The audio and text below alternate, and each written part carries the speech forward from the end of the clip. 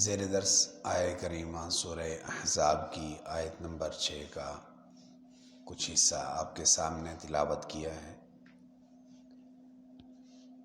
10 رمضان المبارک نبی پاک صلی اللہ علیہ وسلم کی رفیقہ حیات ام المومنین سیدہ طیبہ طاہرہ اماں خدیجۃ الکبریٰ رضی اللہ تعالی عنہا کی یوم وفات کی مناسبت سے آپ کے فضائل مناقب جو قرآن و سنت میں مذکور ہیں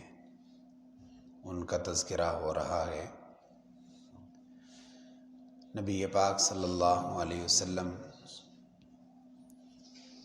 جوانی کے عروج پر پہنچے، بشری اور فطری تقاضے کے عین مطابق ضرورت پڑی کہ آپ کے لیے ازدواجی رشتے کے لیے خاتون کا انتخاب کیا جائے، اور انبیاء کی یہ خصوصیت ہے کہ ان کے ویسے تمام انسانوں کے لیے یہی ہے کہ یہ جو جوڑے آسمان پہ بنتے ہیں نسبت ضرور ہے، لیکن انبیاء کے لیے یہ خاص خصوصیت ہے کہ ان کو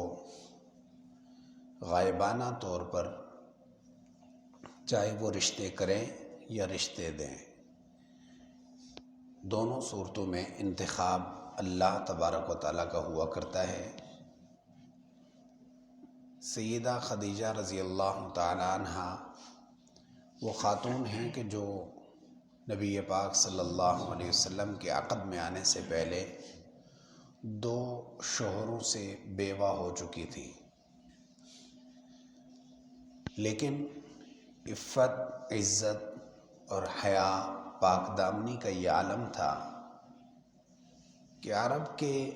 بڑے بڑے رئیس اور بڑے بڑے سردار آپ کو اپنے عقد میں لانے کے لیے کوشش کرتے، پیغام نکاح بھیجتے، صرف خاندانی شرافت کی وجہ سے کہ اتنی بااثر خاتون ہیں کہ جن کی عزت کا اس عالم میں اس وقت میں شہرہ تھا کہ جب لوگ عزت کو عزت جانتے نہیں تھے، حیا کو حیا جانتے نہیں تھے، ایسے وقت میں عزت کا بچانا، عزت کا محفوظ رکھنا یہ بڑا کمال ہوتا ہے۔ چنانچہ آپ صلی اللہ علیہ وسلم کے ہاں بھی ان کے اوصاف اور کمالات کا تذکرہ ہوا، لیکن دور دور تک خیال نہ تھا، کیونکہ وہ عمر میں کئی گنا بڑھی، 1 2 3 10 سال نہیں، آپ صلی اللہ علیہ وسلم سے 15 سال، وہم و گمان میں بھی نہیں ہے۔ دوسری بات یہ ہوئی کہ آپ صلی اللہ علیہ وسلم کو بھی تجارت آپ کا خاندانی مشغلہ تھا، آپ صلی اللہ علیہ وسلم کے خاندان والے سارے تجارت کیا کرتے تھے، تو اسی عرب کے بچوں میں 2 قسم کے ذوق ہوتے تھے، ایک شعر و شاعری کا، دوسرا تجارت کا، یہ ان کے بچپنے کے اور ملازمت کا تصور نہیں۔ جب تجارت کے لیے اب مال کی ضرورت ہے تو مال تو اپنا ہے نہیں اتنا وافر مقدار میں، تو اس لیے حضرت خدیجہ الکبریٰ رضی اللہ تعالیٰ عنہا کا مال تجارت وہ بھیجا کرتی تھی، کسی کے ہاں بھیج دیتی، اور وہ شام کے سفر میں تجارت کر کے واپس جو منافع ہوتا دے دیا کرتی۔ حضور نبی کریم صلی اللہ علیہ وسلم کو انہوں نے منتخب کیا کہ اب کی بار اس نوجوان کو یہ مال تجارت دیا جائے۔ ان کا غلام میسرہ نامی ایک غلام تھا، وہ مال تجارت باؤ تاؤ کرنے میں حضور صلی اللہ علیہ وسلم کے ساتھ ایگریمنٹ کرنے میں وہ برابر کے شریک رہے۔ یہ مال تجارت شام پہنچا، کئی گنا زیادہ منافع حاصل ہوا، اور وہاں پہ عجیب و غریب جو اس نے اپنے مشاہداتی دورانیے میں دیکھتا رہا کہ لوگ اس طرح ہمارے مال کی طرف چپٹ رہے ہیں، بھاگ رہے ہیں، بڑے شوق و ذوق سے حضور سے خریداری کر رہے ہیں، مال میں خاصا فائدہ حاصل ہوا۔ واپسی پہ بھی عرب کی دھوپ تیز دھوپ ہے، ایسے عالم میں حضور کے اوپر ایک بادل ہے جو سایہ کیے ہوئے ہے، اور دھوپ میں بڑے آسانی کے ساتھ، ایک ہے کہ دھوپ میں بھاگنا اور تیزی سے چلنا، حضور آسانی سے چل رہے ہیں، اور اس سائے کی وجہ سے کہ گرمی محسوس نہیں ہو رہی۔ یہ کیفیت میسرہ نے بھی محسوس کی اور اماں خدیجہ نے بھی یہ محسوس کی کہ عجیب و غریب نوجوان ہے کہ جس کے انداز، جس کے اخلاق، جس کے اطوار ایسے ہیں کہ سب سے جدا گانا، اور کیوں نہ ہو کہ آگے چل کے اللہ کے نبی بننے والے ہیں۔ ان کی نظر انتخاب بھی ان پر پڑی۔ ہوتا یہ ہے کہ مردوں کی جانب سے پیغام نکاح جاتا ہے، وہاں انہوں نے خود پیغام نکاح حضرت علی المرتضیٰ رضی اللہ تعالیٰ عنہ کے والد گرامی جناب ابو طالب کے گھر بھیجا، کیونکہ ابو طالب حضور نبی کریم صلی اللہ علیہ وسلم کے اس وقت میں کفیل تھے۔ انہوں نے جب دیکھا تو یہ خدائی ہوتا ہے کہ فوراً دل مائل ہوا، اور انہوں نے کہا کہ میں اپنے بھتیجے کے لیے رشتے کو قبول کرتا ہوں۔ ان سے تذکرہ کیا، انہوں نے بھی کہا مجھے بھی مسئلہ نہیں ہے۔ چنانچہ یہ انتخاب ہوا، عقد نکاح ہوا، اور 20 اونٹ اس وقت میں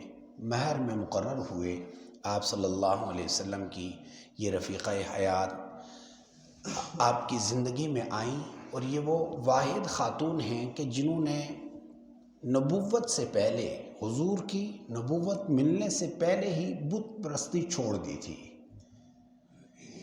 ہوتا یہی ہے کہ جب کسی گھر میں خاتون آتی ہیں تو اس ماحول میں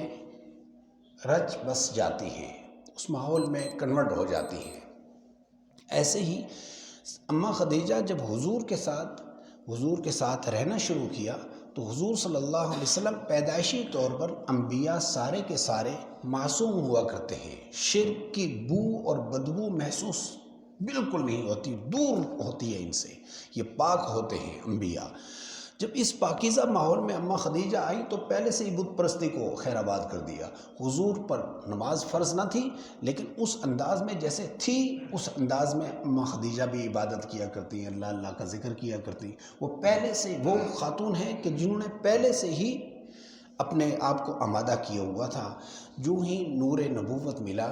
حضور کو نبی بننے کے بعد سب سے پہلے جس شخصیت نے دیکھا ہے وہ اماں خدیجہ ہے۔ جب حضور واپس آئے گھر میں، کل بھی میں نے جمعے میں عرض کیا، ایسی کیفیت تھی کہ جس کیفیت کو لوگوں نے، جو عرب والوں نے کہا نا کہ یہ ان کے اوپر جادو ہو گیا ہے،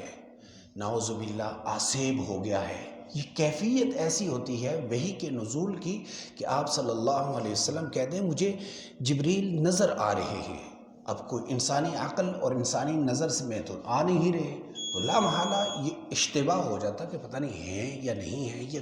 کوئی جنات کی کیفیت تو نہیں ہے۔ تو میں نے کل بھی عرض کیا تھا کہ اماں خدیجہ الکبریٰ رضی اللہ تعالیٰ عنہ بڑی عمر ہونے کی وجہ سے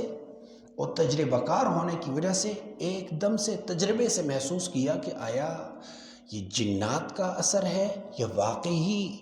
جبریل نظر آ رہے ہیں۔ حضور باہر سے آئے تو اس وقت انتظام تو نہیں کہ کہاں لے جایا جائے، کس کے پاس لے جایا جائے، تو فوراً ہی آپ نے ان کو کہا کہ جب نظر آئیں تو مجھے بتانا۔ کہا کہ نظر آ رہے ہیں، تو فرمایا آپ میری دائیں جانب بیٹھیں، بائیں جانب بیٹھیں، دونوں جانب بیٹھے۔ کہا اب نظر آ رہے ہیں؟ کہا جی بالکل نظر آ رہے ہیں۔ اماں خدیجہ سامنے ہوئیں اور کہا کہ اپنے سر سے دوپٹہ سرکایا اور پوچھا اب بھی نظر آ رہے ہیں؟ تو انہوں نے کہا، حضور صلی اللہ علیہ وسلم نے فرمایا اب مجھے نظر نہیں آ رہے جبریل۔ اماں خدیجہ نے اپنے اس تجربے کی بنیاد پر فرمایا کہ اگر یہ شیطانی اثر ہوتا، جنات کا اثر ہوتا، تو جنات تو خواتین کے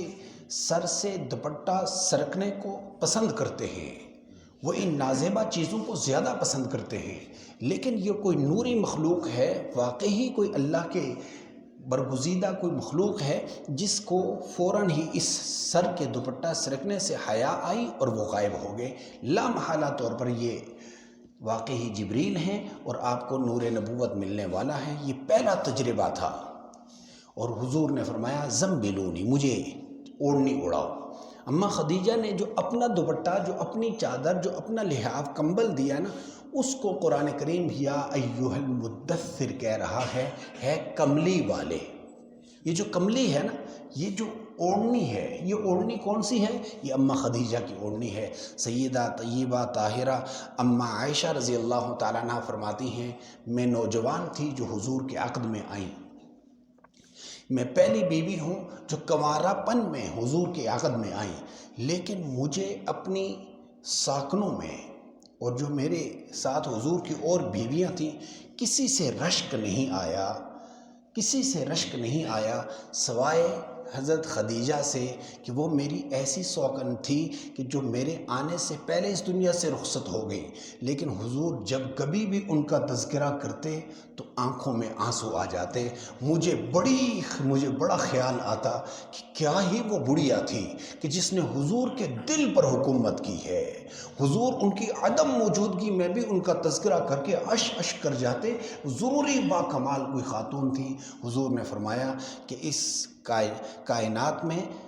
سیدہ آسیہ اور سیدہ مریم اور سیدہ خدیجہ، یہ خواتین وہ ہیں جو اس کائنات کی بہترین ترین خواتین ہیں۔ یہ حضور صلی اللہ علیہ وسلم نے ان کو جو میڈل جاری کیا ہے وہ ہے۔ چنانچہ حضرت خدیجہ رضی اللہ تعالیٰ عنہ نے آپ صلی اللہ علیہ وسلم کے ہاں نبی بنتے ہوئے دیکھا، اور تقریباً 15 سال آپ کے ساتھ نبوت کے بعد کی زندگی گزاری۔ اتنی شاہانہ مالدار تجارت کرنے والی خاتون، چاہیے تو یہ تھا اسی ناز و نخرے میں چلتی، لیکن کیا ہوا، حضور کے حوالے جب کیا نا تو تھوڑے ہی عرصے بعد شیب ابی طالب کا موقع پیش آ گیا۔ تو یہ نہیں کہا کہ میں تو بڑی ناز نخرے والی ہوں، آپ ذرا قید کاٹ لیں، معاملہ آپ کا اور ان کا ہے، آپ کاٹ لیں، میں باہر رہتی ہوں۔ نہیں، وہی پتے جو حضور صلی اللہ علیہ وسلم چبا رہے ہیں یہ بھی چبا رہی ہیں۔ یہ نہیں کہا کہ میرے تو اتنے مال تجارت ہے، میں تو کچھ انتظام کر لیتی ہوں۔ جیسے حضور ایسے ہی ساتھ بلکہ حضور کی بیٹیاں بھی اس قید کو کاٹ رہی ہیں، حضور کے خاندان والے بھی اس کو کاٹ رہے ہیں، بلکہ کبھی کبھی باہر والے لوگ حضرت خدیجہ کی وجہ سے کھانا بھیج دیا کرتے تھے کہ یہ بڑی خاتون ہیں، باکمال خاتون ہیں، ان کو پہنچنا چاہیے، یہ ہمارے خاندان کی بڑی خاتون ہیں۔ ان کی وجہ سے آتا حضور صلی اللہ علیہ وسلم بھی اپنے بچوں کو اور سارے خاندان والوں کو کھلاتے تھے۔ دعا فرمائیں کہ اللہ تبارک و تعالیٰ یہ جو رشتہ جو قرآن نے بیان کیا، النبی اولیٰ بالمؤمنین، نبی مومنین کے قریب تر ہے، من انفسہم، ان کی جانوں سے بھی زیادہ احق ہے، وہ ازواجہ امہاتہم، نبی کی جو بیویاں ہیں نا وہ امت کی مائیں ہیں، یہ امت کی مائیں ہیں۔ یہ ماں کا تذکرہ ہے، اور ماؤں کا تذکرہ جب کیا جاتا ہے تو بیٹوں کو، روحانی بیٹوں کو ایک قسم کی فرحت اور لذت حاصل ہوتی ہے۔ دعا فرمائیں کہ اللہ تبارک و تعالی ہمیں اپنی ماؤں کی عزت وقار کا لحاظ رکھنے کی توفیق نصیب فرمائے، اور جہاں کہیں بھی کسی بھی ماں پر، حضور کی جتنی بھی بیویاں ہیں وہ ساری امت کی مائیں ہیں، کسی بھی ماں پر اگر کہیں تبرہ، کہیں طنز، کہیں طعن کا کوئی پہلو سامنے آئے تو ہمیں حلالی بیٹا ہونے کا ثبوت دینے کی اللہ تعالی ہمیں توفیق نصیب فرمائے۔ وآخر دعوانا ان الحمدللہ رب العالمین۔ قل يا عبادي الذين أسرفوا على أنفسهم لا تقنطوا من رحمة الله